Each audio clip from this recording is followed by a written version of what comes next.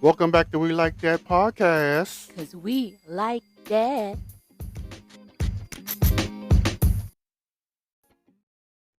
I'm Joanne, And I'm Calvin. and welcome back again. She faces hardest time you can imagine. Welcome to We Like That podcast. Cause you like that, we like that podcast. That's not even our tagline. All right. How was your week? Cause I like the week I had this week. How was it? It was good? It was fast and quick and to the point. It was busy at times and hard. It doesn't feel like December.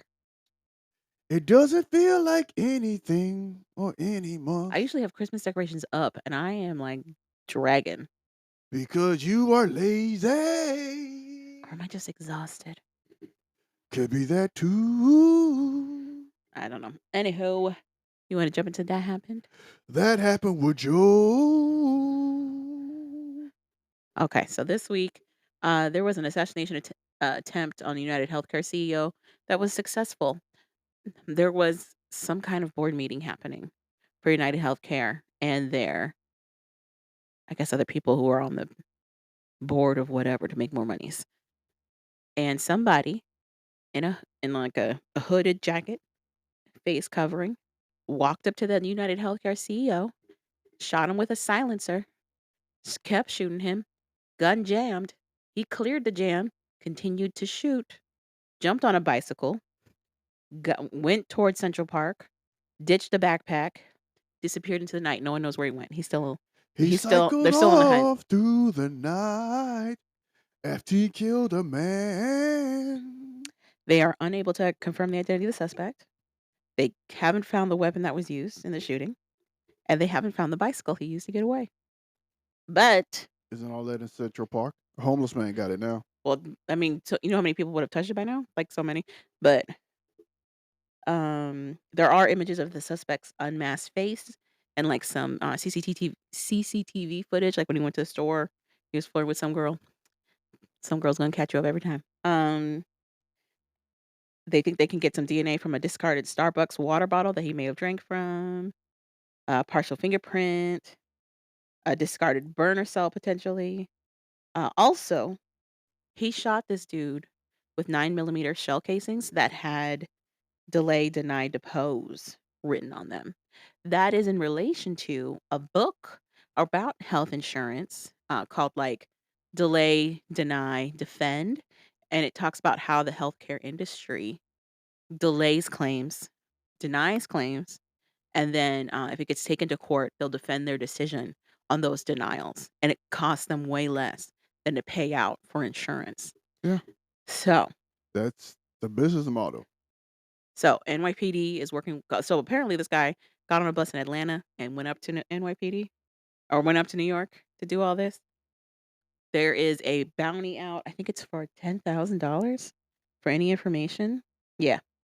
Oh, up to 50. FBI is offering up to 50,000 in reward money. NYPD is adding an additional 10,000. What do you think the response was from the public? No one cares. Actually, a lot of people cared and they were rooting for the gunman. So there's a lot of people who are not from America that are like, why are so many people happy this dude got shot?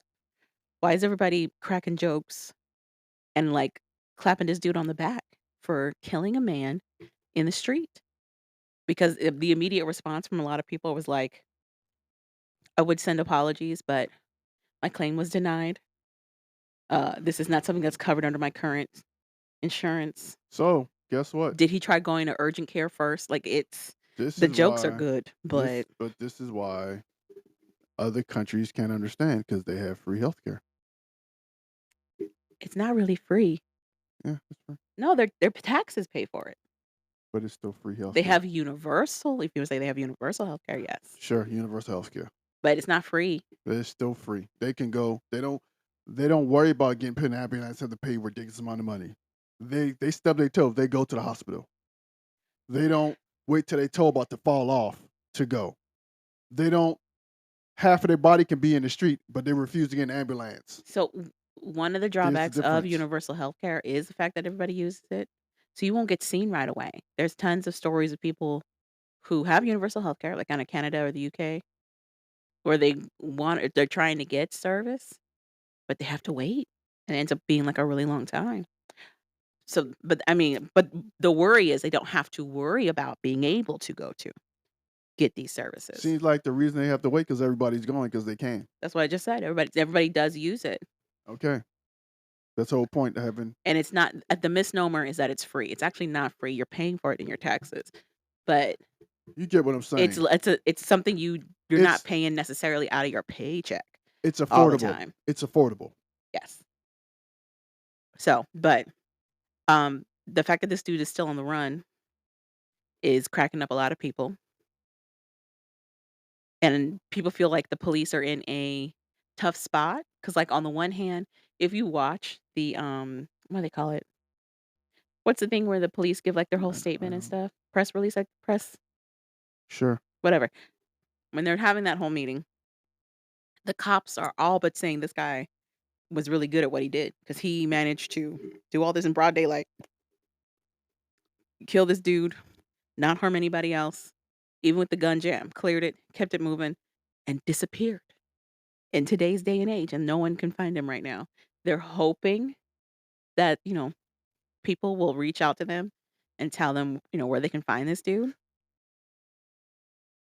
There's already a GoFundMe for this man. People are setting up a GoFundMe for his future legal situations when he's caught. Sure. Whatever. He's going to jail. Who cares? No one cares. People are rooting for him. He's becoming a hero. Sure. And they're saying he's uniting the Republicans and the Democrats and all the like this is something that's uniting America is our frustration with our healthcare system. Well, guess what? If you vote the right way, you could have had a universal health care by now. Child. So let's just this this pretend happiness get is whatever. What's next? So the other aftermath of all of that is that a bunch of the health insurance CEOs have pulled all their information off of their normal public facing stuff. So, like off of their websites, off of the socials, off of LinkedIn. And they've like really upped security for a lot of them. Blue Cross Blue Shield announced the same day this dude got shot, they announced that one of the new terms that they were going to push was not covering anesthesia for the full duration of your surgery. They were gonna limit it, Thank you, Trump. and then they changed their mind. They were like, "Just you guys, just kidding. Thank you, Trump. We would never do that. This has nothing to do with the shooting. We would not do that to you." So, They can do whatever they want to they now. changed their mind. Whatever. They can do whatever they want to now. But that's it. That's all I got for Dat Happened, unless you wanna touch on 90 Day Fiancé the other way. That happened with Joe. Do I want to go through this real We quick? got a lot on the docket, so how would you like to do this? Let me fast forward through it just quickly. Okay. Um, so this 90-day fiance, the other before the 90 days, episode 14, started with Faith and Lauren. Pretty much, Lauren got the results back that his yoo-hoo is fine and is good to go. He's not spitting hot fire no more. And I guess Faith is happy too because now she wants to go out and party and get drunk. I guess to get herself in the mood to get some of that. Oh no! Hopefully she don't get backdraft herself. So they pretty much go meet Lauren, Faith's friends at I want to say a drag show Mhm. at a bar. Pretty much has a couple of drinks. She's feeling herself. Decides to get on stage and perform. She does her little flash dance pole thing. Lauren gives her $1. She puts it in her shirt. She sits back down. They're having a good time. They kiss. Wooty woo. Whatever. The friends still don't trust him, but it is what it is. And that's pretty much. You got anything you want to add to Faith and Lauren? Um, I would like to add that Lauren is gross. He's so gross. Her friends are legitimately concerned about his cheating, and they're having a whole conversation, and they're like, "Well, how many women would you say you've been with in a night?" And he was like, "5? No, maybe 7." Stop talking, sir. Stop talking." Then he was flirting with the other drag queens. So yeah, apparently her friends pulled her over and told her he was flirting with other drag queens. No, But but you can see it happen. It's not it's not a secret. let's go to Bonjour, Bon Bojo. Bojo, and Vanya, Von Vaja, Vanya. Vanya. Pretty much, it's done. The end. Uh, But she gets hit up for an open relationship, so he comes. there's that. So what's your name? She said, my name's Vanya. It's gotta be set up by the producers because he was So like, "You're too beautiful to you be two alone." be alone. So I am in a relationship now, but it's open. So if you want my number, you can have it. She goes, "That's okay. No numbers this time, thanks." He goes, okay. Ooch, ooch, ooch, ooch, What she ooch, should do, ooch, hook ooch. up with one of Bojo's friends. That's what she should do. Be petty. Do it. Whatever. Another assassination attempt. Uh, that's pretty much Bojo and what's her face. Moving on to Niles and Matilda. Pretty much, they're on their way back from after talking to Mr. Knock about how things should have went or whatever. Mr. Ark. Mr. The Ark. knock is the ceremony. Mr. Ark. Whatever. Anywho, then the car they fight. And they get back to the hotel. Niles apologizes and said, I got kind of scared or flustered when Mr. Knox started telling me all the stuff that I should have done and wait now. And instead of taking responsibility, I kind of just pushed it on you, and I'm sorry. They kiss and make up. He told her that he would like to do the knock and everything in one go. So now she's happy. They kiss. And he's like, do we still have to do the big celebration? And she was, no. She goes, we don't have to. Like I said, the big celebration was since the knock was not going to fully be done to tradition, they had to do something else to save her family. Basically mitigate the fact that there's no wedding. Yeah, save their face so they won't be humiliated in the town. The village. The village, I'm sorry. Moving forward, the next day comes, Mr. Knock comes to stand in for Niles as his father to go over negotiations. They let them know that the knock in the traditional ceremony will happen. He will marry her the day of the knock, or the same day? The day after. The day after the knock. And now they're just agreeing to terms how much she will cost because they sell their women over there. They sell their bitches over there. You know what I'm saying? So I guess Mr. Ark talks. Both sides agree. They're gonna get some snaps, and they're gonna keep the party going. Uh, Now's, I guess Mr.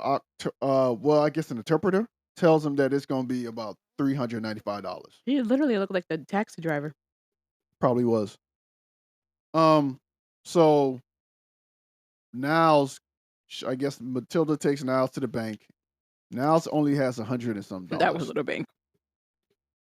The bank, Some man's house that has an ATM. pretty much some dude's house who has an ATM. Niles comes back and he finally reveals to Matilda that, hey, I don't have this much money because I lost my job right before I got here. They said I was not performing. What did he say he told him?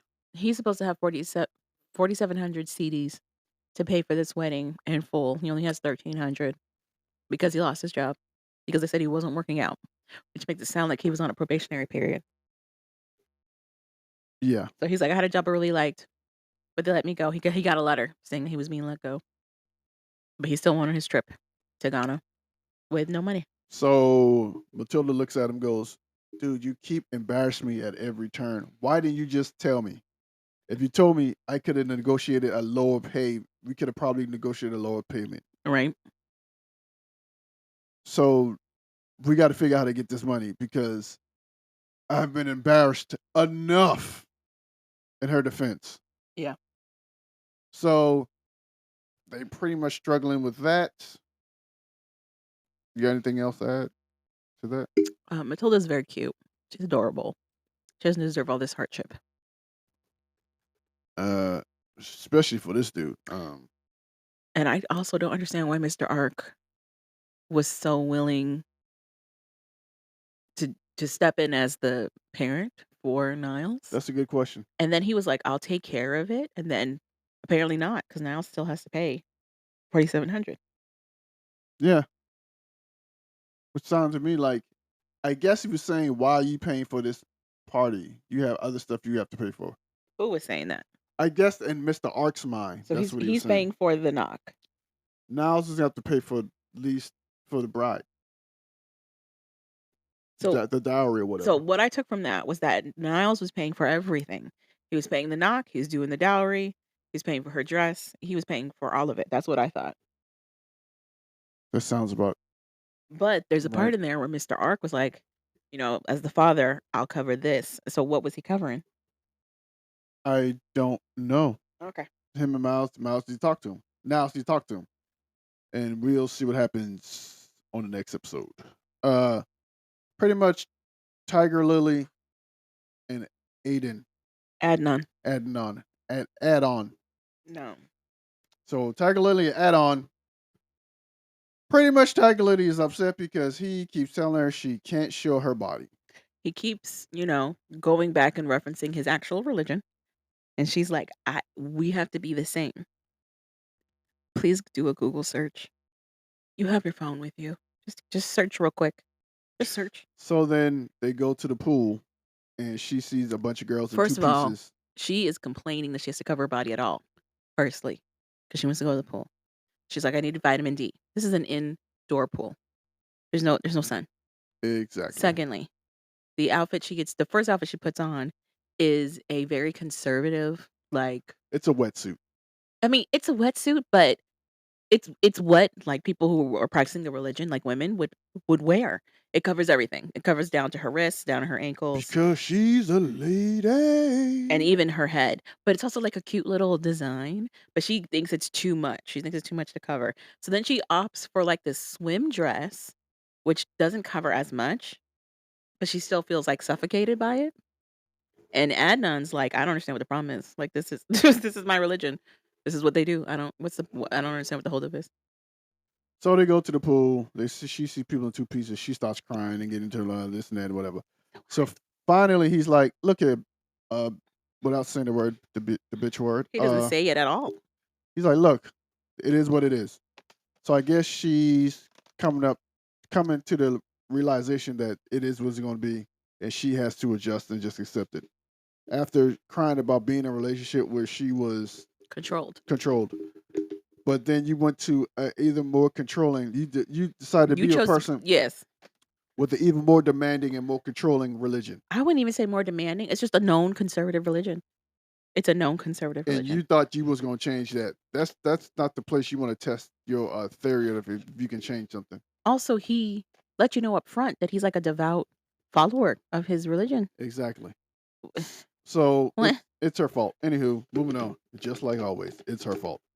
Um, Moving on to Joe and Magda. Magna. Pretty much, Joe hasn't told her everything, and Regarding what? him His cheating on her. past. His past. Him cheating on her. He wants that young twat so bad. Why do you use that word specifically? He's shaking. He doesn't know what to do with himself. He knows up front that she doesn't want to have sex with him. She told him before he flew over there, "Yeah, this visit is for us to get to know each other and bond. I'm not sleeping with you." She said that off rip. Whatever. He's gonna make it happen, And Kevin. then she found out that he was sleeping with other girls after he started talking to her. She's gonna make it happen, Captain. So she has a headache. They go back. He take care of her. First, he took her to the salt mines. First. And they were beautiful. I'm not gonna lie. Saw sculptures. The lady was like, "Are you guys a Trying couple? to make this fast. People get married in the salt mines." And Magda's just looking at him like, "Uh-huh." But Joey is an idiot. He has no idea what's going on. He just goes, "Really? They get married here? You want to get married here?" Like a dumbass. Then she gets her headache, and he takes care of her, and she's swept off her feet. She acts like this man has gone above and beyond. He literally made her some crappy eggs and wore a kimono to bed. Then he goes to meet her friends, where he discovers she actually went in and moved with somebody in Germany. So she has a history of falling for guys who don't live where she's living at, and then traveling to be with them for it to not work out. Dun dun. And pretty much that's 90 days. before the 90 days the other way. I What mean, happened? before the 90 days. Okay, why? Because it's done. Oh, you might as well do the update then. So, anywho, that's pretty much it. Quick, some recap. Nothing really much is going on. Um, Pretty much the couples are. This should be almost the last episode. Should be coming up soon. Mhm. This season has been okay, but I think they could have done better. Honestly, the Bojo storyline was pretty good. It's dragging now because she kinda came to a resolution pretty early, but I wonder why they're still sticking with her, though, is my question. Is he gonna show back up at the end? Fulfiller. I don't know. Mm, Maybe he'd be on a tell-all. Who knows? But that's do they pretty. do tell-alls for the other way? Yeah. Okay. But that's pretty much it. Okay. Moving on to Are worth the watch? worth the watch. Worth the watch this week was Cold Case: Who Killed JonBenet Ramsey on Netflix. Ramesses. So, in case you don't know, JonBenet Ramsey was a 6-year-old whose body was found Christmas Day back in 1996. This Sh- was a story that rocked headlines when we were kids. This child's face was everywhere. She was 6 going on 35. The other thing that stood out about the case, so she did child pageantry, and the photos that got used to tell her story were all her pageant photos. And then it also turned out that the dude who took all those photos, pedophile. So it wasn't great. So let's get Is into he a it. pedophile? Because he never went to jail. No, I'm not talking about the teacher that they ended up getting. The photographer, The he f- did go to jail. Okay, I don't know. I'm confused. Sure. Let's get into it. So Netflix basically, I wouldn't even really say necessarily deep dives, but sheds more light on the whole situation with John Bonet. How we got to where we got to with the family pretty much kind of being swept into possibly killing their daughter. Uh, it is a lot from the family point of view. It is. There's a lot more from the family point of view. We also get points of view of the police, the legal teams that were involved in a lot of the cases that came out of this. Blood clot. Okay. But also weird stuff happens in it. And it was just like, wait, that doesn't make sense. Why would that be what they did? So okay. Felt like they tried to follow a lot of things that just got them sidetracked for no reason. No, I'm talking about the responses that the family gave. So That too. so um so this first, John Benet is reported as being kidnapped. The family woke up. The mom woke up. The mom, who was part of the family. I don't know if you know that, but mothers are also family. The mom woke up. Just say the mom. Go ahead. Details. Then go ahead, go. Details. She wakes up. She comes down the spiraling staircase. She sees a note on the staircase. She reads it. Then she runs to her daughter's room, and her daughter's not there. The end. What did the note say? We got your daughter. I don't know why you think this is funny. There That's what was it like a said. page and a half letter They that wrote. talked about how they had kidnapped Jean Bonnet. They wanted $118,000. You had to do this, do that, whatever, whatever. Don't call the police. It They was a very long they letter. wrote the book of Genesis for a kidnap letter. The mom does go check her bedroom. Jean Bonnet's not in there. And they call the police. They call the police right away to discuss the kidnapping. Not only do they call the police, they call their friends. So their house is packed with So people. they're having a party or a bar mitzvah, as they There's would like say, a a food shindig. spread. There's all this stuff They're happening having a shindig. while they're talking about, this possible kidnapping that's happening to their daughter, right? The cops just come in. They don't do. They don't secure the house. They don't do anything. They don't kick everybody out. They just like, okay, whatever, sure, kidnapping, let's go. Which to me, since the kidnapping happened in the house, that's why they should secure the house because it's a crime scene. Well, okay. So, like Calvin said, when the cops arrive, they just start asking questions. They don't. They don't secure anything, and when they're talking to the other investigators associated with the case, they talk about how, like, with a kidnapping, that's usually not part of protocol. You don't usually rope off the house. You don't usually do all that. Yeah, because normally in kidnappings, the person is kidnapped outside of the house. Like they're on the street, they're doing something, they're not paying attention, and someone snatches them up. That's how normal kidnappings happen. Especially for kids, like they're going to the bus stop, and somebody runs up to the bus stop and snatches them up, or At they're this somewhere in the point, though, street. they don't know that she necessarily was kidnapped from the house. They don't know if this guy coaxed her to come out of the house. They have no idea But at this point. they had to know when the mom told. I guess sure. All the mom said was, "She's not in the house." That's all she said. And we have this letter. But then that goes to them not asking a question, asking the basic question. Where was the last time you saw her? No, they did ask those questions, So they were like, when she went to bed, that's the last time I saw her when she went to but bed. it doesn't mean she stayed in the house, you know what I mean? Like, you could still have somebody who left. But what I'm saying to you is that's still a crime scene at that point. They know she was in the house. They just stipulated that when it comes to a kidnapping, they don't treat it like a crime scene at all. Like, that's not part of their protocol. But to but what I'm saying is that to me, since it happened in the house, she was taken out of the house. They don't know that she was taken out of the house. How do they not know when they asked her when the last time you seen your daughter? When I put her to bed. Okay, but that doesn't mean that she didn't then get up and leave, you know what I mean? They were It's trying to piece everything together.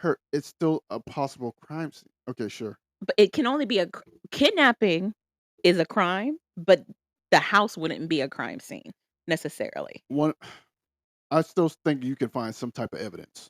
Evidence of what? Did she get dressed? Again, when they were talking about what the protocol was for them to address a kidnapping, it was like to ask a gazillion questions, basically. Ask a gazillion questions about the family, about who, they talked to, other friends that would know her. So then And then they get like negotiators on so that they can correspond with would-be kidnappers because there was a lot of instruction in that letter. So so that's how they moved forward with it at the time. so to me, if they say, well, last time I saw her, we put her to bed, and then that's the last time I saw her. As an investigator, I will go to the room and see, did she change clothes? How she leave? How she get out? Stuff like that, just basic stuff. She could have walked out the front door though in what she was wearing. She could have walked straight out the front door in what she was wearing. Okay. It's winter. Okay. She's not gonna okay, sure. She's also 6. Okay. They're thinking she's pretty, influenceable. Okay. She probably got influenced to walk out. That at least that's what their minds were at the time. Sure. Fast forward 7 hours later. I guess the dad is getting restless. He's like, "I gotta do something. What else can I do?" And the detective at the time tells him, "Well, you can check around the house some more. You can tell us if anything's missing or anything's askew or looks different or looks weird." And he goes, "Okay." Heads down to the basement, notices that the window is not only broken, but open. And there's a suitcase like right in front of where you would step down trying to get back into the house. He says he is aware of using that basement to get in and out of the house because he had to break into his own home not too long ago because he locked his keys in the house. And he thought he fixed the window, but it turned out he didn't. And then while he's in that basement, he notices JonBenet. He finds JonBenet's body on the basement floor. He picks her up, starts screaming, and heads upstairs. Now it's a crime scene because his child is dead and he's moved the body. So then it becomes an investigation on murder. They find out that this poor girl was strangled. There was what did he call it? A goiter? They had set up this like choking device where you can change the slack on it. You can pull it tighter or make it looser. And there was a broken paintbrush that might have been used to abuse her sexually. It turned out it was. They ended up testing it and they found all kinds of DNA of hers and her would be attackers. Ripped underwear. Just this child was like brutally tortured and then killed. Her head was bashed in. It's terrifying. It's terrifying and crazy. So now it's like, well, then who murdered this child? Now it's a crime scene. Now they're doing their investigation on that. And as they're going through it, the police feel the family has something to do with it, and that's who they end up focusing on entirely. They basically frame their whole investigation on what the family could or could not have done. And then that's when things get even weirder. During the They start doing interviews with news outlets. They start talking about how it was weird that this child was so sexualized at such a young age, talking about the pageantry, talking how she was in pageants, where she's wearing a lot of makeup and basically wearing like grown up clothes while she's doing her talents and whatever else. And then all the kids were dressed the same way and looked the same. Well, who they're all in the pageants. Yep. So, Um, eh. Linda Arndt, who was the lead investigator at the time, gives an interview with ABC News, alluding that the family is suspicious. This is the same investigator that suggested that John, the dad, search his home when he was feeling like, uh, what's the word? Not unrested, restless. When he was feeling restless when thought it was a kidnapping. And she thought it was strange that he went straight to the basement to find her. The other thing is that the Ramsey's home isn't they said an intuitive setup at all because it's a smaller home that got built on several times over. So it's the layout isn't strategical. It's kind of like afterthought. So unless you know the house, it's not easy to walk around it and find these different rooms. It's not where you think it's gonna be. So they're adding that as to like why it's also weird that that's happening. But per John, he says it was logical for him to check where it was easiest to access the home, and for him, he said it was the basement, which again is weird. Um, then, No, actually, basements are where a lot of people break in sometimes. but they literally have back doors. They've got they've got sunrooms. They've got they've got a lot of other access points, not just the basement. But if you don't want to people to see you breaking stuff and getting in, or They would see him, remember, because we find out later there's a whole grate situation that you could do, but you would be standing fully outside. It's in the back of the house, where also the back door is. He coulda just easily used the back door too. uh, So, after all of that goes down and it's very clear the investigators are trying to pin this on the family in some way, the Ramseys then decide to stop talking entirely. They don't do any interviews whatsoever. They lawyer up and they hire a media consultant as well. And of course, the public is like, "This is strange. These are weird steps to take after your daughter was killed." They think you'd wanna do as much as you could to find out what was going on. And they're like, "We're being cooperative." So for whatever the police are asking for, writing samples, credit reports, anything else that they're asking for them, they're giving through their lawyers, but they see us as suspects. So why am I gonna keep talking to people who think I'm guilty? basically. But publicly, it doesn't look great. Then when they do finally do an interview with CNN, the Ramseys announce that there's a killer on the loose in their small town, which shakes up the town some more, and it requires, like, the mayor or the governor to get involved and be like, "That is not what's happening. We don't have a killer on the loose like that around town." This guy also did the same something similar to what happened to JonBenet Ramsey, but luckily the mom woke up and maced him and he ran off. We don't know if it's the same guy. They tell the story of how there was another assault that happened, but we don't know if that it's necessarily the same guy. Um, the other thing that they point out is that there was no forced entry in the home, which further kinda puts the spotlight back on the family of, like, maybe they did something. Police run DNA testing on the family with the DNA that they captured. Mind you, this is 1996, so it's a different type of DNA testing.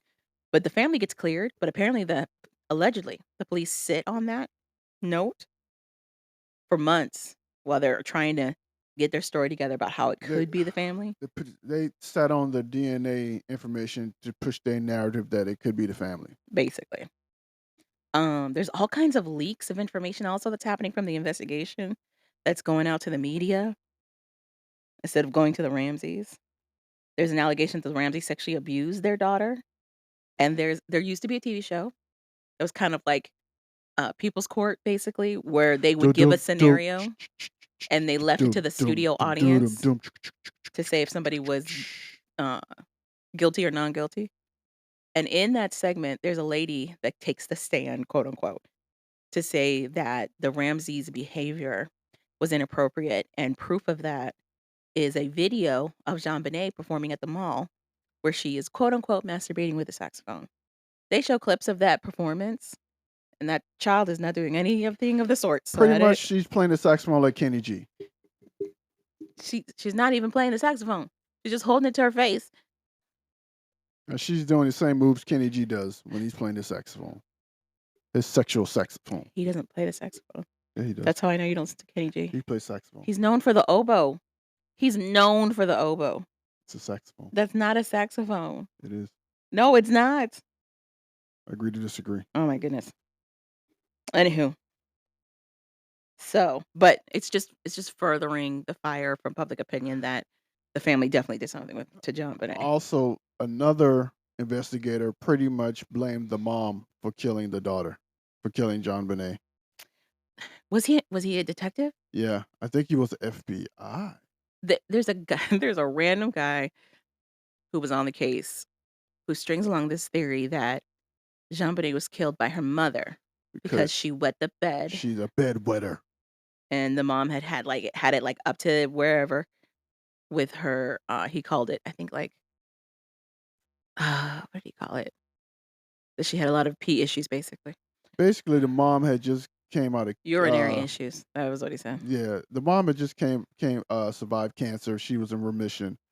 So to me, her being upset that the daughter is peeing in the bed, I think she'd be more concerned about just being alive She had been in remission for a minute. It to wasn't be that to the she daughter. was just in remission. She had been in remission. But what I'm saying is, she just survived cancer. I think she'd be in a different place mentally. Mhm. Just to be happy to be alive to see her daughter grow. Okay, but that is also a projection.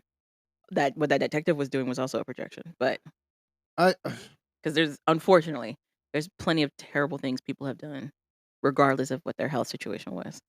whatever, Um, whatever. they also recall a retired detective, this guy called Lou Smith, who a lot of the investigators feel are like he was the Sherlock Holmes of his time. I don't know what that means. And Lou Smith posits a completely different theory than what the police have been pushing this whole time.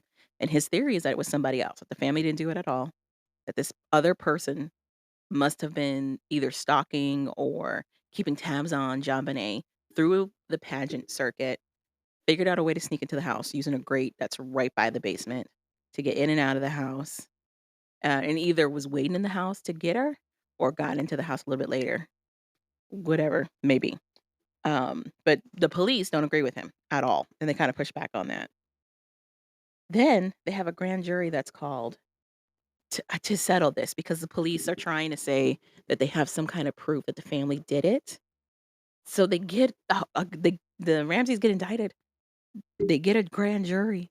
They get on to talk about what they have, and then there's a press conference right before the jury is to like actually listen to everything, where the police go, "We actually are dropping the case. We don't have any evidence at this time." It was crazy. And that's why I'm like, I don't even know how they got that far with no evidence. It was They had nothing. crazy. But the Ramseys are still tried. They're tried for abuse. There's another indictment basically stating that the Ramseys put their daughter in an abusive situation for this murder to take place, essentially. So they try to go for the Ramseys for that, but it doesn't end up doing anything. I also love how Larry King had the guy who could accuse the mother of killing her daughter and the Ramseys on his show to, I guess, go back and forth on to defend themselves to the guy who said the Who basically made up a whole story. Yeah. wife killed him and wrote a book about it. And just that was even then Larry King like he was like 86 or 87. Listen, this goes from 96 to 2001. with them going back and forth like this. I didn't realize it was that long. It was and it keeps going, and it keeps going. Around 2000 and I wanna say 2003, 2004, there's like a cold case investigative show on CBS where they posit their own theory of what happened to John Bonet. And in that theory, the brother had something to do with it. They think that they had some kind of sibling squabble that ended up being a lot more violent than had been intended.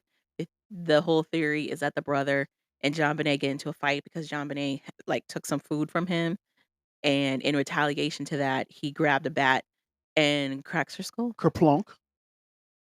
and that everything else was to cover it up. The letter, not finding her body supposedly for so long, while it was sitting in the house allegedly.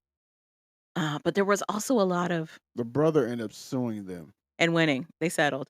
Um, but there was just a lot of discrepancy, like, on the police side of the house as well. Like, when they did find out it was a murder, they still didn't take the initiatives to, like, close off everything. The fact that the body was moved after it was found, disrupting a lot of evidence, a lot of things, so many things. Like my whole thing was when you talk and they say she was in the room, we don't know what happened. The room, even her room should have been like a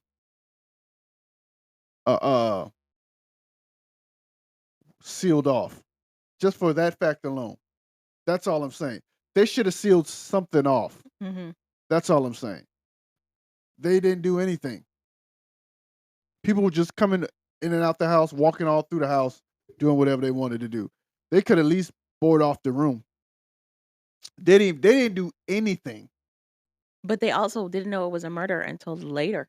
They didn't go there thinking a murder. They I, went there thinking kidnapping. I get that. But what I'm saying, my whole thing is after talking to the parents, they said she went to bed. Okay, so we They didn't know know if she went to bed, remember? That was the other issue. so the parents didn't put her to bed. The parents No. They had somebody, remember? who? They had all kind of staff. They had staff. Okay, so the staff puts her to bed. But they were like, "We can't confirm when she went to bed," because they didn't know. And remember, Okay. she's on a whole different floor from them. Okay. Whatever. Sure. And this is why the case never got solved. I'm just saying, some of the behavior from the Ramseys at the time, granted, it was them trying to protect themselves. It it seemed odd that that was such a focus when their daughter passed the way that she passed, especially the moves that they ended up taking. It ended up being the right moves because the police definitely were trying to turn it on them, but it didn't win them no favors to the public. And it's still something that they have remnants of till this day, where people are like, "Oh, no, it's definitely the family," to this day. So, the whole after fact of this documentary is basically the documentarians and the family wanting to bring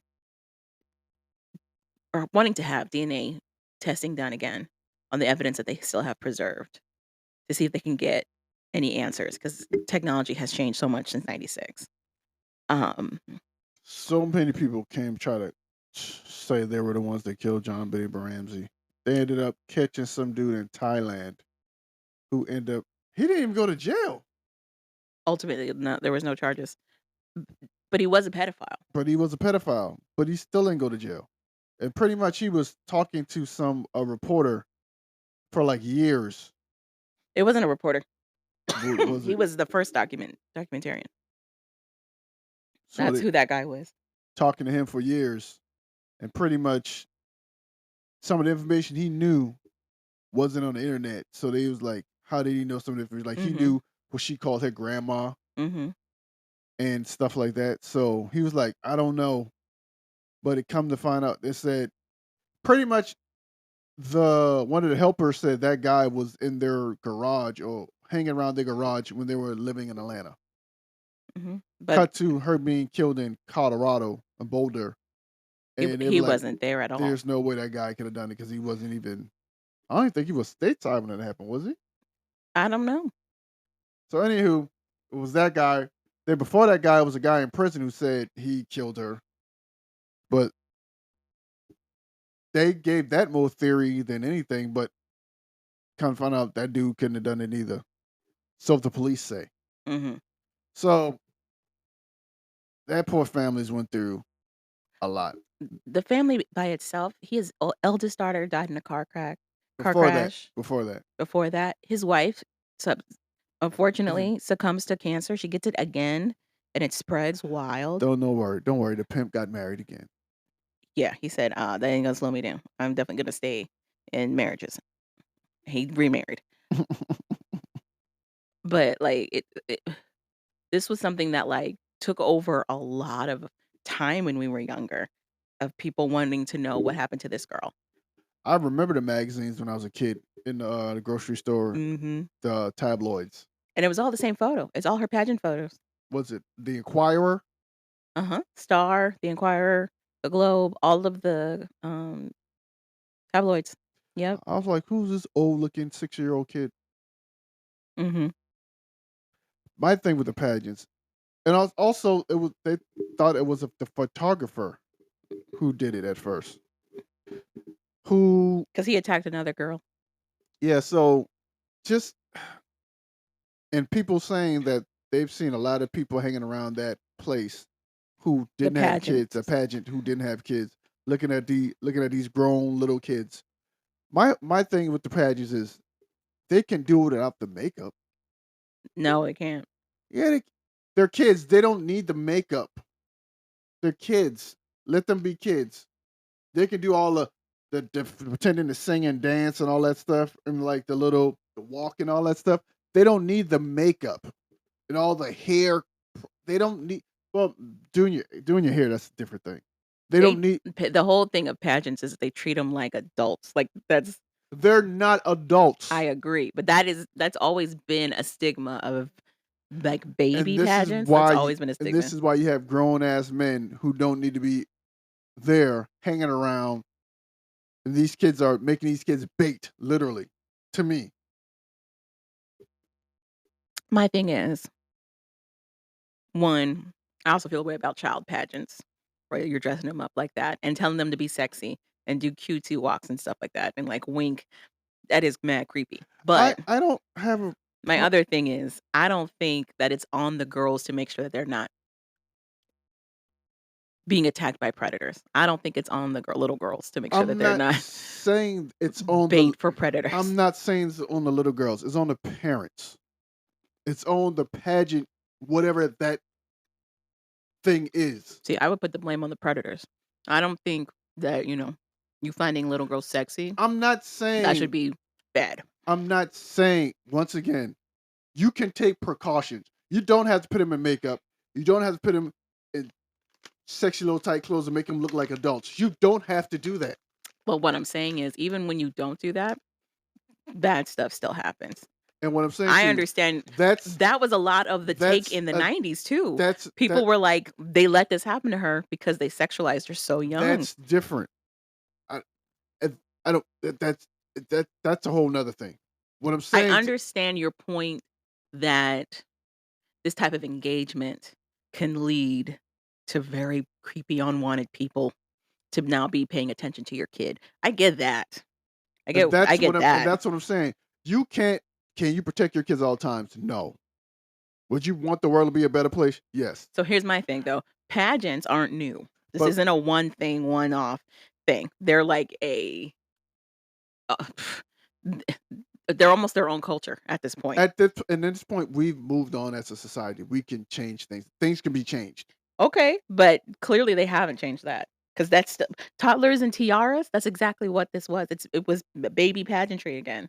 and it was creepy as hell. It still exists. Is And my to thing. me, they can change things. I don't think. I think the parents are more involved in it than the kids, and that's why nothing is changing because of the parents. I think even if they did decide to change it, unfortunately, bad stuff is still going to happen. Even I if they do I change it. get bad stuff is going to happen, but let's try to mitigate it as much as we can. I don't know that telling little girls they can't play in makeup is the best mitigation. They're not playing in makeup. They're literally making these girls look older.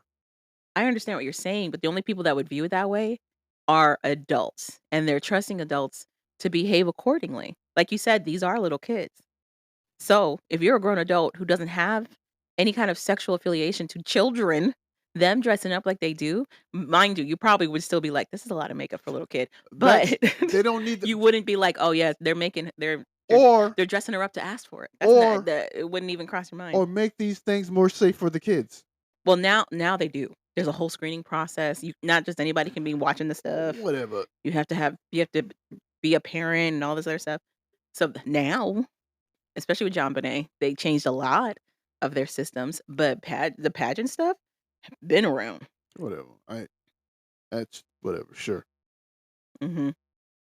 And also, the cops didn't even attempt to do anything They attempted a lot of stuff.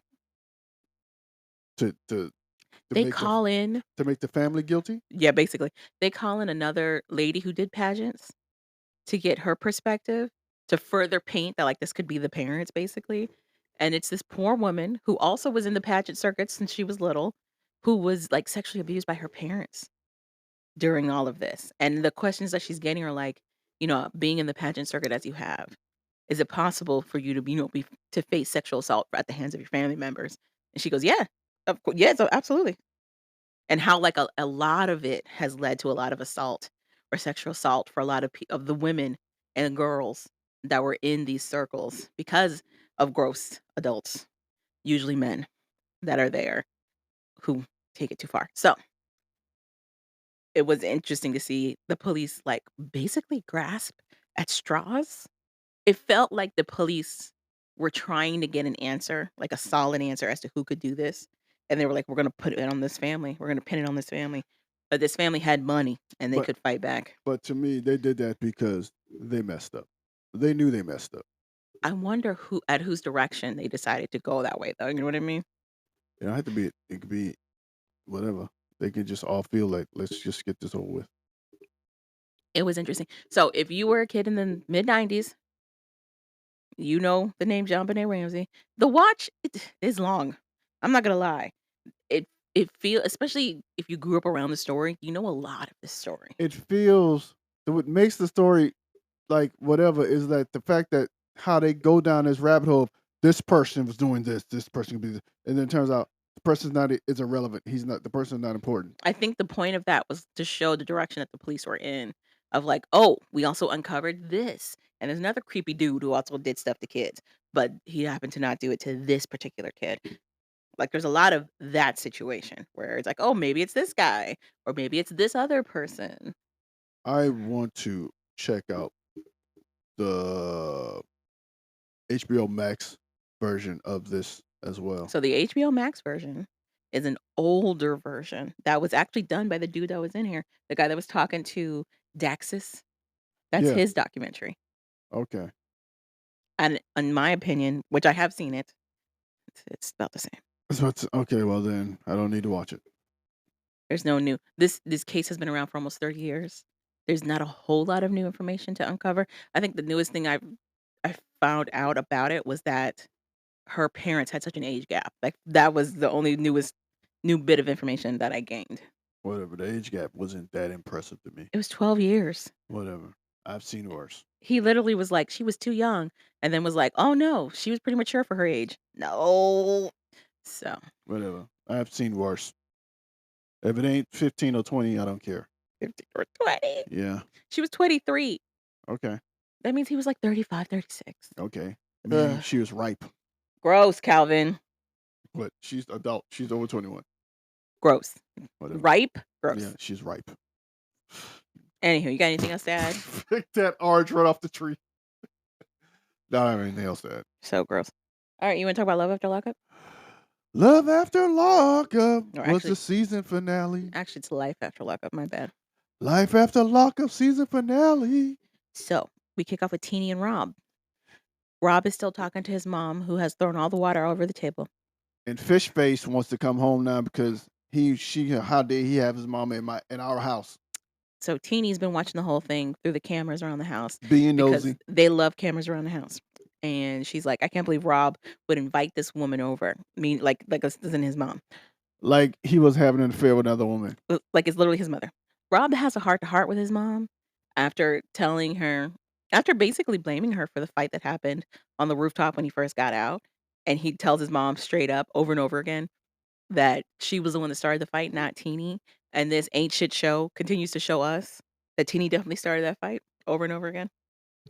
And then they have a literal confessional moment with Teenie where they're like, "Did you put hands on Karen first?" That's his mom's name. And she goes, "I absolutely did not. That's not in my character.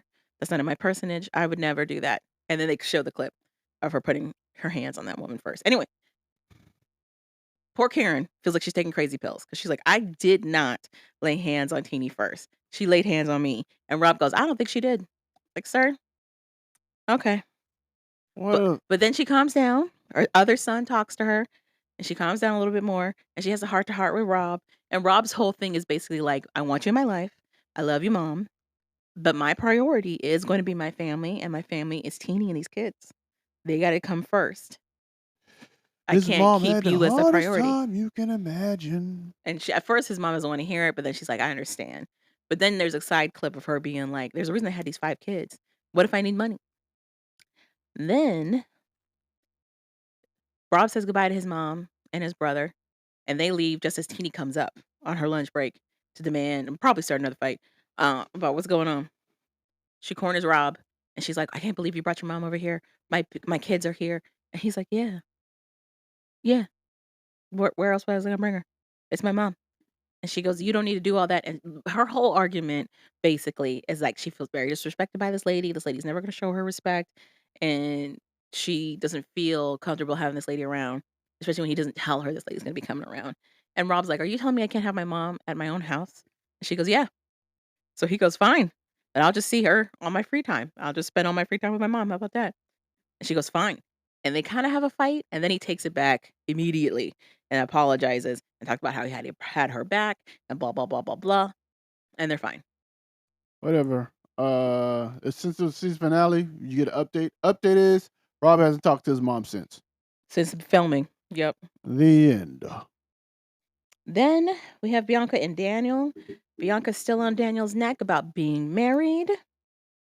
Bianca asked Daniel what holds him back from properly proposing He said you. and getting He engaged. said you. And Daniel very logically, very rationally tells her, "I don't feel we're established enough to get married. I know I proposed to you while I was in jail, and I'm not saying I'm gonna take it back, but at the same time, I also understand now that we're in the real world. We need to have a lot of stuff, like, together before we can do all this other stuff." Basically saying he needs to get his stuff together and his stuff is not together.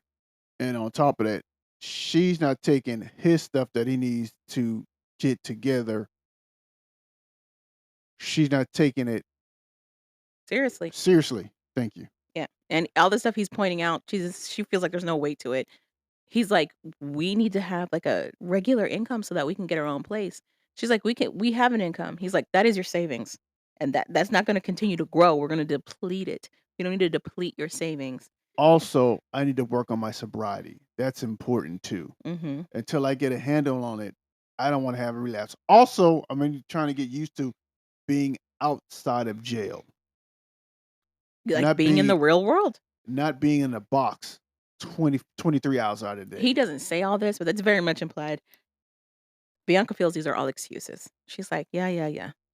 I had no idea he was just indoors the whole time he was in jail. That's usually how jail works. Well, you do go outside to the rec yard. Some have a rec yard. The rec yard is outside for the most part. Some have that, not all of them. Well, And it depends on if you're county versus fed versus maybe state. in Arizona they don't. He was in state prison. It's not like county lockup. It's not like other places. Pretty much, he hadn't seen the sun for years. Yeah. Not in real life. Maybe through a window if he was lucky to find one. So, but his hang up is that they're just not there yet as a couple to get married. But this idiot's got a ring in his pocket.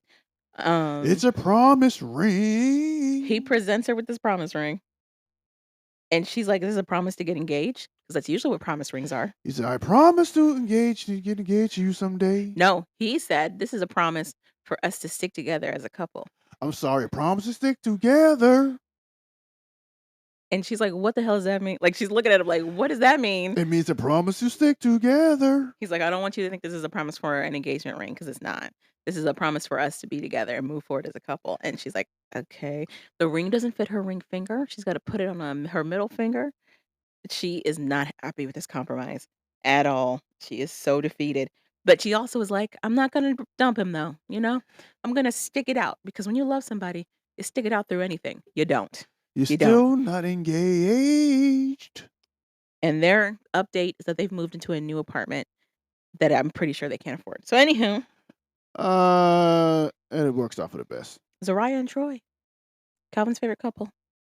Okay. So Troy apparently is trying to be put on what you call that when you gotta have visits somebody gotta be there when you have visits. He's trying to have CPS calling him.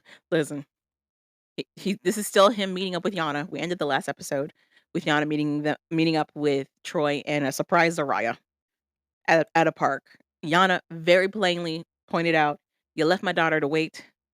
You never came and got her." Two, this is supposed to be a conversation between me and you. We're the parents of this kid. I don't know why your wife is here. You know we don't get along. What the heck is that about? And Troy just goes off the deep end. He loses it. He said, "Where's my baby?" He's like, "I'm done talking. Where's my daughter? You said my daughter was here." He storms off to the car and she's like, "Where are you going?" And he's like, "I'm going to get my daughter." And she's like, "I don't know why you I'm think she's gonna in get a my car." daughter. Me. He gets to the car, throws open the passenger door, goes, "Who the fuck are you?" to the stranger that's in the car and goes, "Where's my daughter?" Sees that his daughter's not there, She said, "I'm your baby daddy." slams the door in the stranger face. Yana's like, "You keep acting like this, you're never gonna see your daughter. What the heck?" And then she tries to have a conversation with her and Troy, where she's like, "Go ahead and talk. I won't say anything. Go ahead and talk." And he just goes off about how he's entitled to see his daughter, blah, blah, blah, blah, blah, blah, blah. You were entitled until you messed up. You messed up. Now your entitlement has gone. When I feel you can see her, you can see her. She tells him, "I gave you a chance. You blew it," which he definitely did. But he's like, after she leaves, because they're going nowhere with this conversation, he turns back to Zariah, who's just like, "She just doesn't want you to have a relationship with your daughter. She's just trying to block you," like just feeding him all this kind of evil poison. Meanwhile, she's the one that didn't give him the car. Oh, allow him to go get his kid. Yep. That's the irony. She's also the one who burned bridges with the baby mama. So like, and the one who cheated on him. So it's so many. We end it with Troy like doubling down on being with Zariah, and it's like, "This is why she's my rock. This is why she's my ride or die," because she leads you astray. And then it's Zariah being like, "Yep," and because of that, he can't look at another woman, breathe another woman, share the same air as another woman, talk, touch, text, none of the above. And it's like, Says wow, the woman who cheated. wow, okay, She's not your rock. She's your mountain, sir. she's your anchor. Anywho, so that's them. I don't even remember what the update is. Troy does have visitation rights now. Oh, she's the rope around your neck, whichever one you want to have it be. Ciao. But yeah, like you said, he has visitation rights now. Yeah. Melissa So and Louis barely had anything really to go on. They really struggled with the storyline outside of getting this engagement ring. seems like to me they made the storyline Melissa listening to everybody outside except trusting Louis. It seems like that's always the storyline where Melissa is just very critical of Louis. Louis shows nothing but love Because somebody for else. her, Yes. and that's like the whole story. So Louis is mad. He gets pissed at her after she comes home and is like, "We had the ring checked. You know, it's missing this. We don't think it's necessarily legal." And he's just like, "I'm tired of y'all throwing in my face that I went to prison. Because I did. I did go to prison. But you throwing it in my face every single time is garbage. Is absolute garbage. I can't just be your fiance." I I the reason I couldn't watch or listen to what was going on, even Mhm. though Louis was 100% right, because her face keep changing. It did. It did.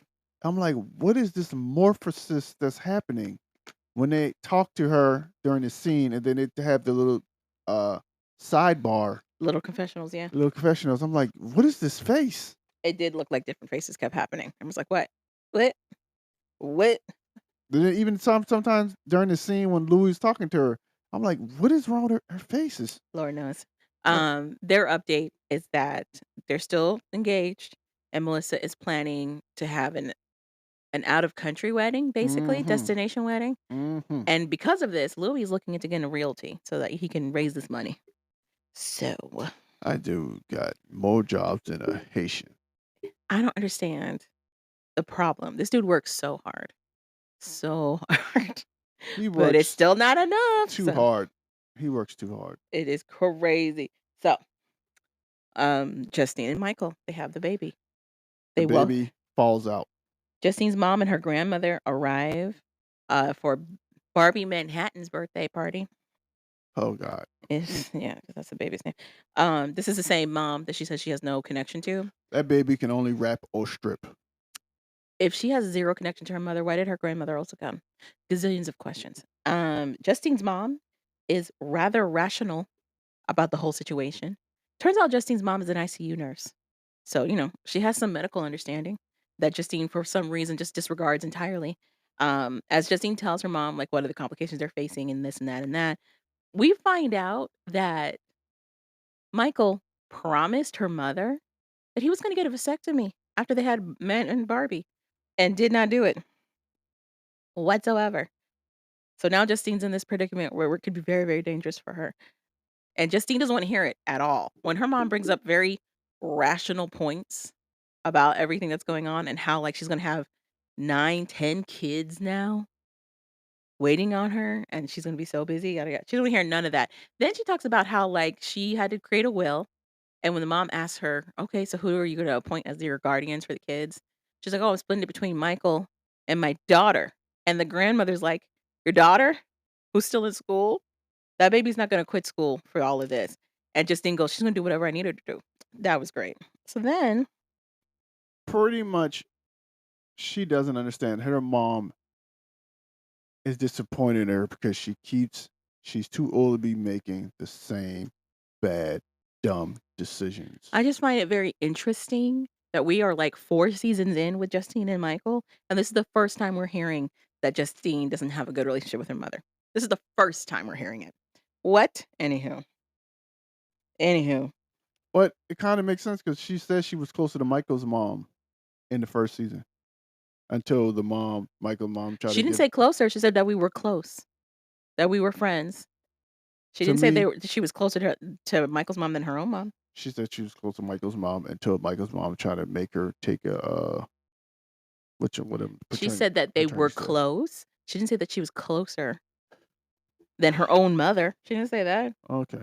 And again, this is the same mom that also co-wrote, or yeah, co-signed the mortgage for the house.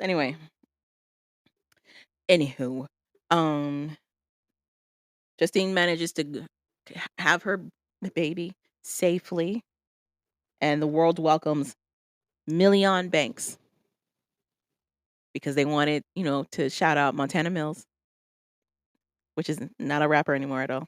Um, That poor boy can only be a stripper or sell drugs he was like, how do we acknowledge Mills?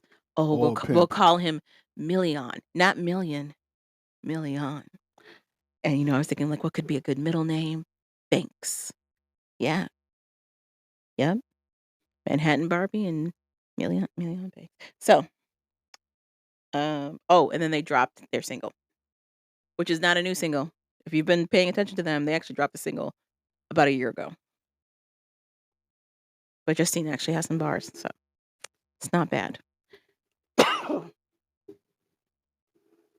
What did you think, Calvin? Next couple. Oh my goodness. Brittany and Karak. Brittany is finally about to leave Houston to head back to Virginia.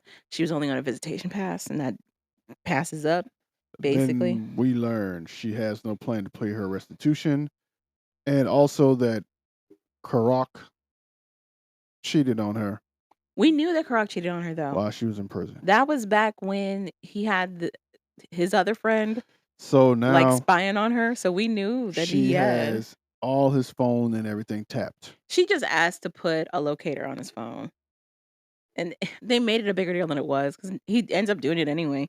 Um, Fast forward. the plan is for Brittany to go back and live with her bestie. Karak is nervous because 1, this bestie does not like him, and 2, he feels like this bestie is a bad influence on her for whatever reason. We find out Brittany still owes $10,000 in restitution.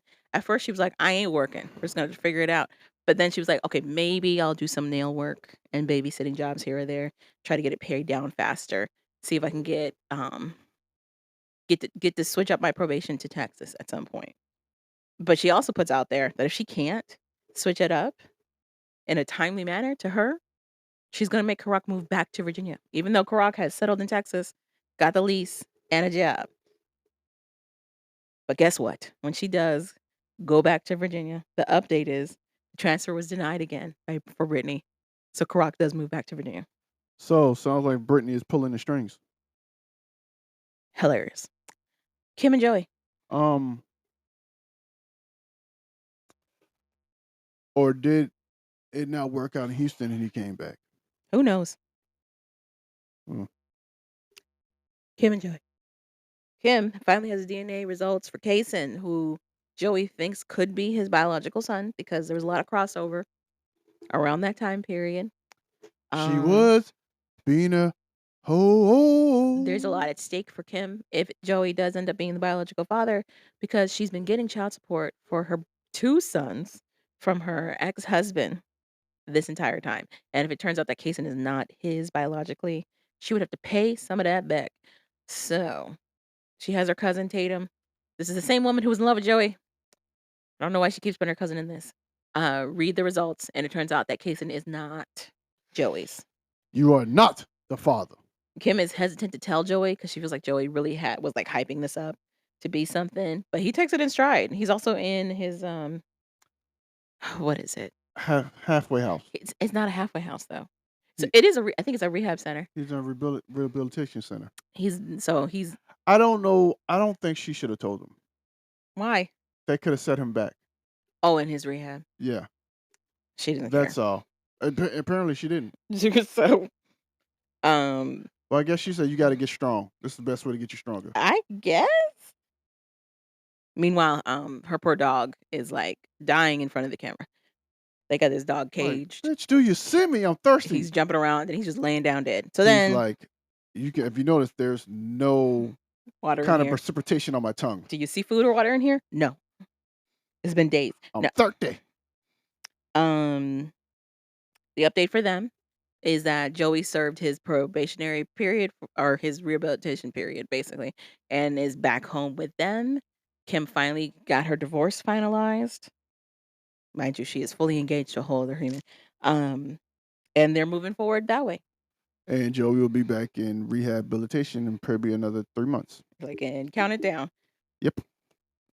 And that's it. That's it for Love After Lockup. Love after lockup. Or I should say Life After Lockup. Life after lock. You keep listening to you and I keep getting it wrong. Yeah. Isn't there supposed to be a new season coming out? I have no idea. I have to look it up. Or we have to ask our Love during lockup. we gotta ask our affiliate Yeah, get our if she knows. affiliates on the phone. See, Any other shows you're watching? there's a new animated series on HBO Max called Commander Monster. It's a DC Monster Commandos? monster. Yeah, Monster Commandos. It's not an anime. And it's animated. That's an animated series. You know it's based on it's do you remember the toys? No, It's based on the toys. I never had the toys. Monster Commandos.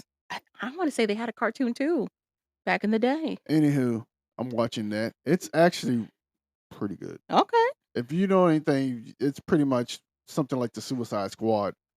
You got the Waller, she's in it, and she's pretty much found a new group of people to pretty much do crazy missions with. And they're Monster Commandos. On behest of the American government. So are these mutants or are They're mutants. they call them metas? They're like monsters, actually. One is like a weasel. One is like Oh, that was in Suicide Squad. They showed Weasel. Suicide Squad 2. Didn't he die? But he was alive at the end. Okay, yeah. So Weasel is in this.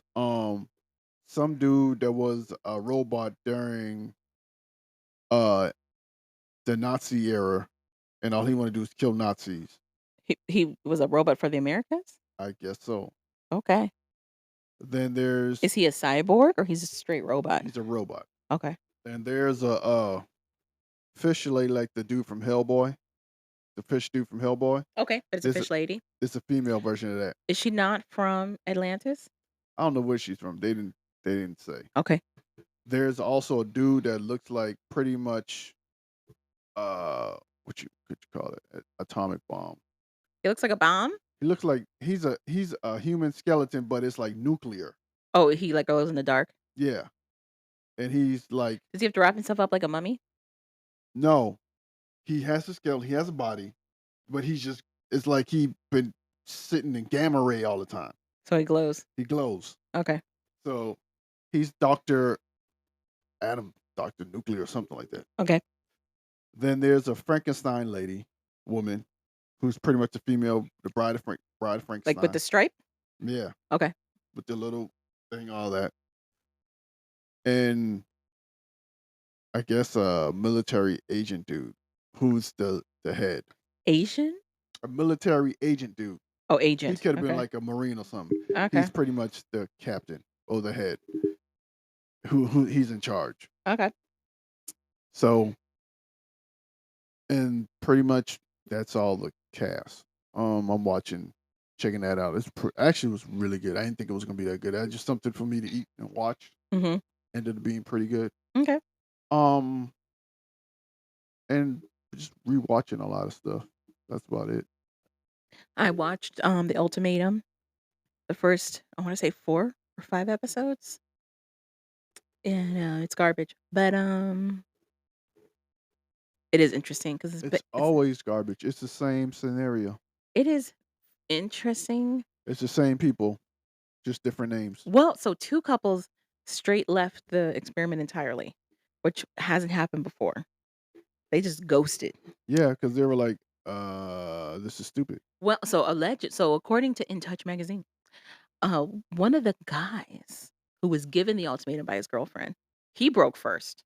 He like, after they split into their new couples, Mhm. he was like, "I can't do this," and, like, broke down and was like, "I'm just gonna leave entirely." And then his girl was like, "Okay, I'll leave with you." And then her partner was, like, on the fence about staying in it anyway, and that was enough for him to also get out of it. He also was served an ultimatum by his girlfriend. He thought he was gonna go into this and be, like, wanted by all the ladies. That did not happen, but a lot of guys wanted his girl, so he was feeling away, and I guess that finally pushed him over the edge. Was it the dude that said was gay? No. Okay.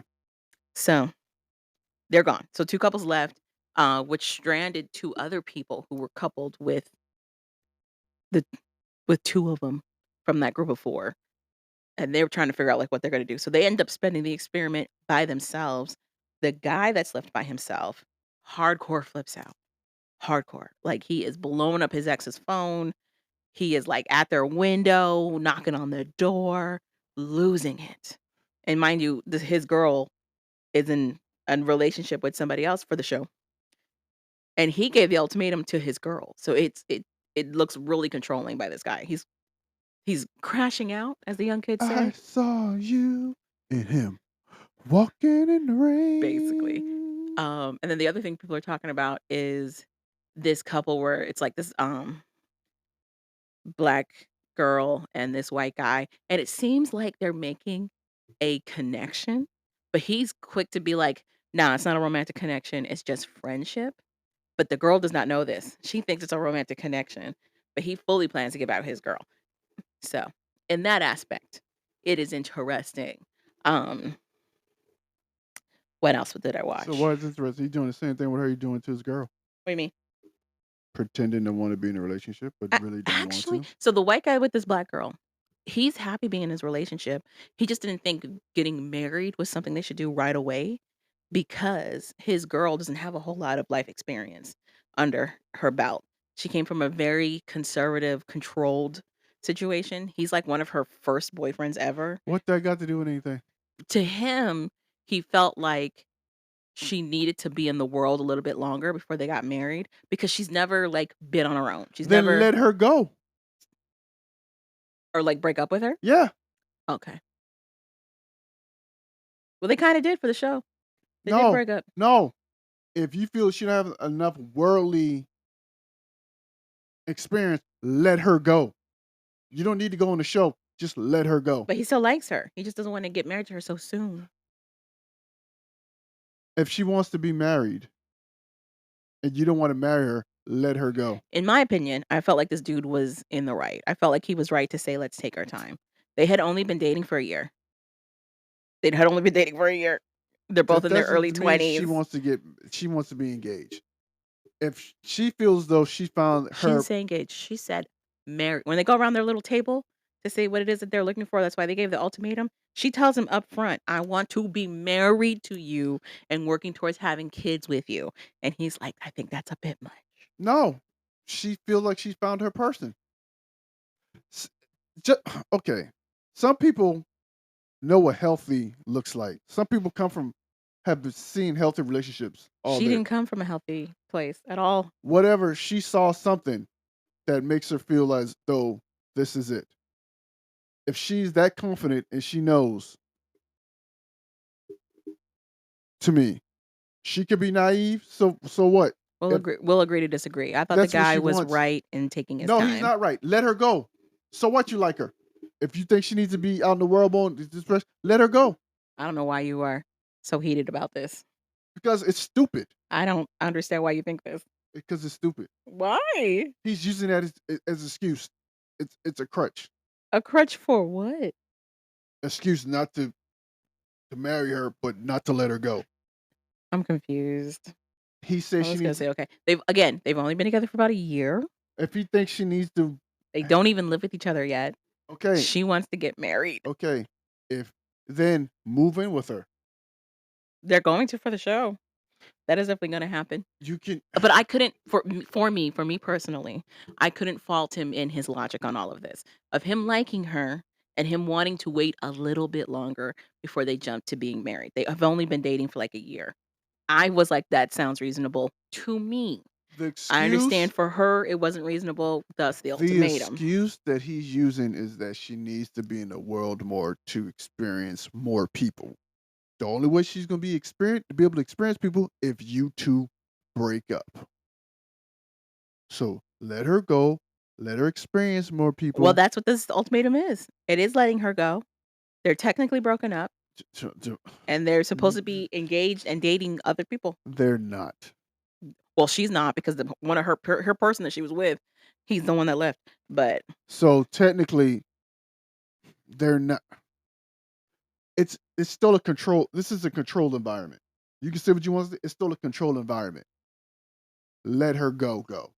he did. He didn't check in with her at all or any of that. He didn't let her go. It's in a controlled environment, Javon. He still can. He still kind of knows what's going Of the on. guys on the show, he's the nicest one. He's the most calm one. Okay. And he's learned, even though we all were like, "You don't really like this girl?" With the partner that he's been paired up with, he's like, "It's really hammering home to me how important this, my girl is to me." Which I thought was fair. Sure. To me, I thought that was fair You because I just can completely understand in your early 20s not knowing if marriage is exactly what you need to do. sure. You just don't understand logic in a game.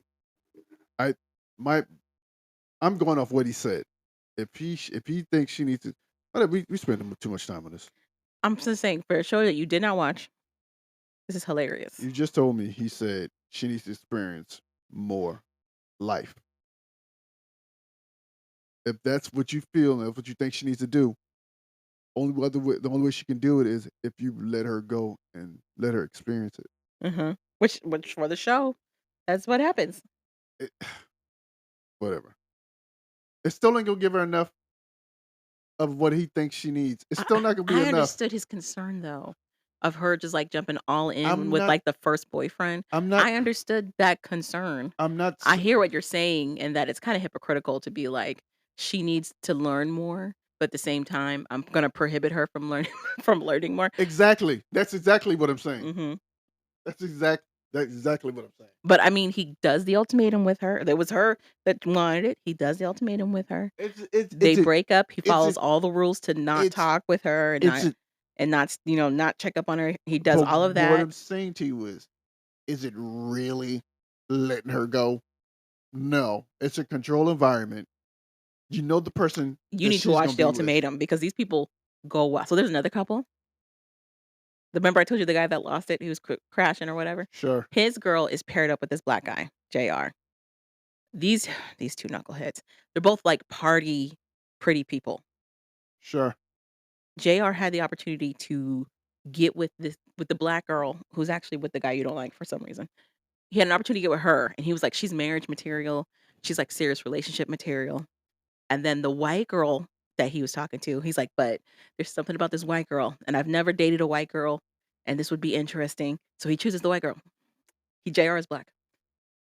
And it's very clear upfront to everybody that physicality is the main point of their relationship. They both just find each other very desirable, very attractive, and there's not a whole lot past that.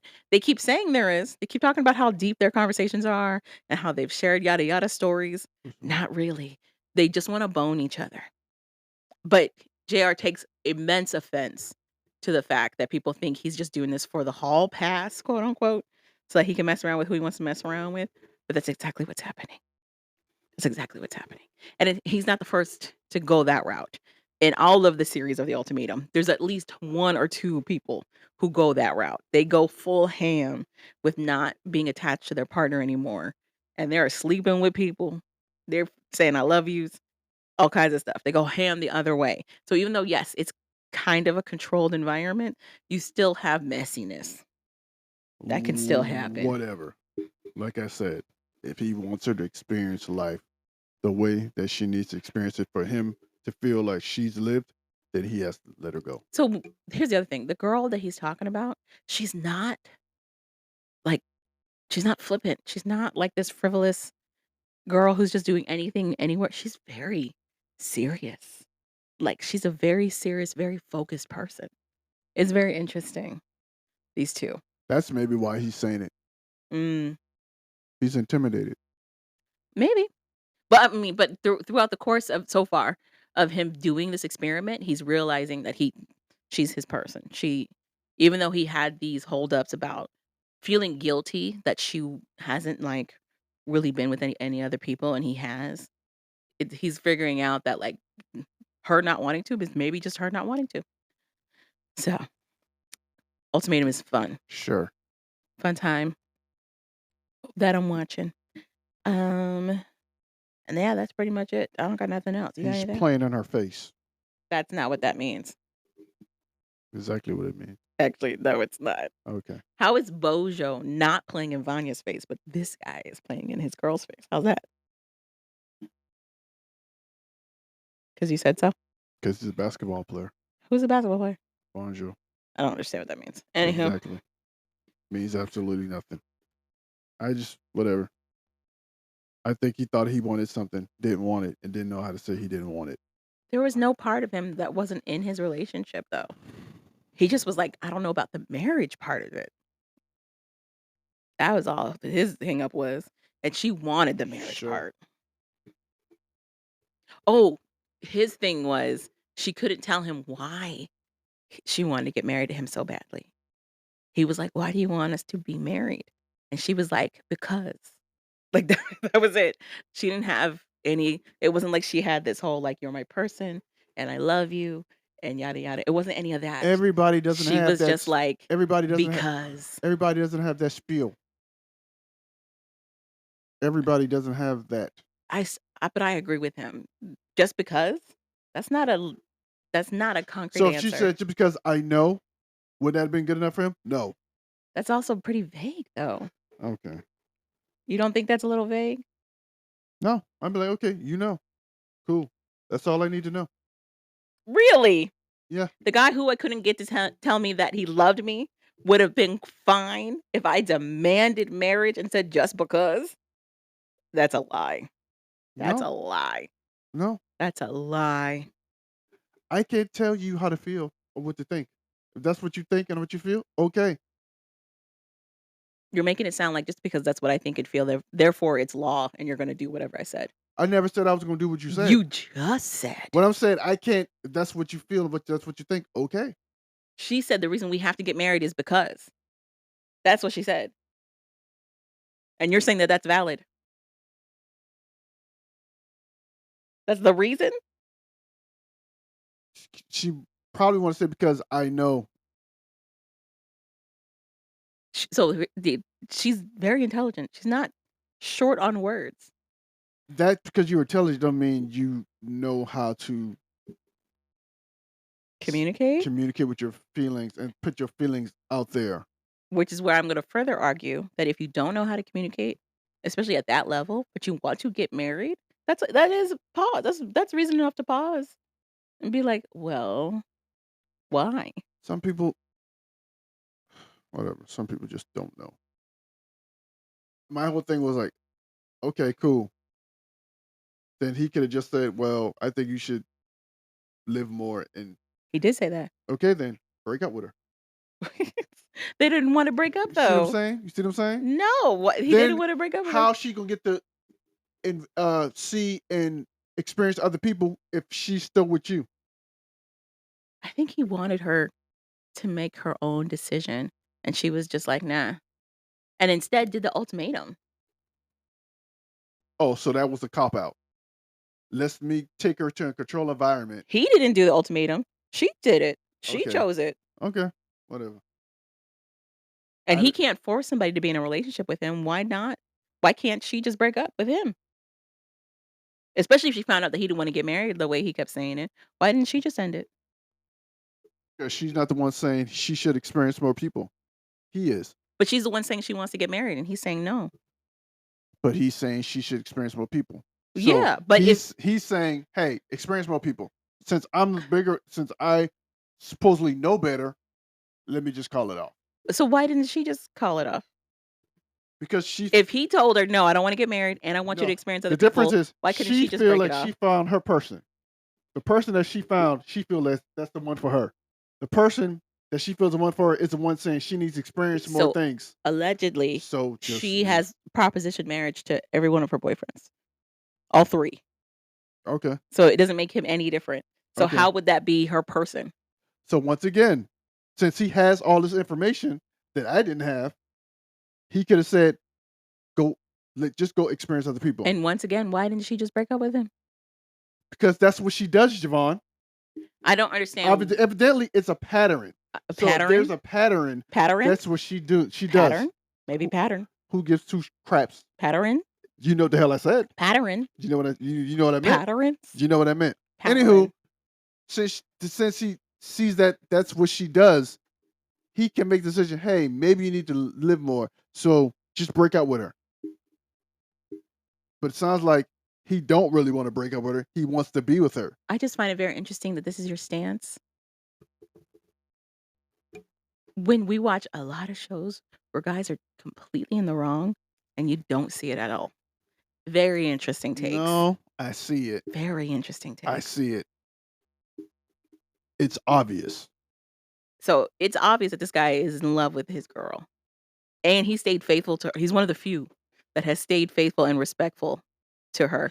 My Then headphones are what about to fall off my head because you pushed it so far away. then what was the point of him saying she needs to go experience other people? Because he felt like she wasn't making a f a fully weighted decision when it came to marriage, that she just thought that they had to do it. Sure. That's And okay, good. So she chooses the ultimatum for him. She gives him the ultimatum. Okay. She tells him that they're gonna be on the show. He Okay. goes along with it, Okay. and then she gets ditched, and then her worst case scenario happens, and she's by herself. Apparently, she's not usually good by herself. When she started dating, she kind of floats to the next guy while she's So still with another now guy. he knows all this, but okay, but now he wants to be with her because he loves her now. He's been loved her. But now he wants to truly be with her and possibly get engaged to her now. Yeah. So it really the the whole thing wasn't really for her. It was for him to find out that's who he really wanted to be with. because he had reservations. It's also kind of for her because she was forced to be by herself. Seems like he had reservations, and her not being in his life a little bit made him go, "That's who I really want to be with." But it also allowed her to reflect on why she wanted to get married so bad. Sure. And she does point out she didn't really have a real reason. She just thought it would be something that they could do to move to the next step. But now that she had been on her own, she was kind of forced to be on her own for however long this was. So I was She's had time to like reflect. She reflect in 2 weeks. It wasn't 2 weeks. It's like a month-long situation. Okay. Yeah. Okay, You sure. go from being with somebody to being by yourself. That's a lot. Yeah. Okay. That's a lot. Mm. And they're not in contact. That's a lot. You watching anything else? No. Mm. What was the other show you was watching? You not watching that Billy Bob Thornton show still? I'm not saying anything else. I don't need you to jump down my throat. Have a good week.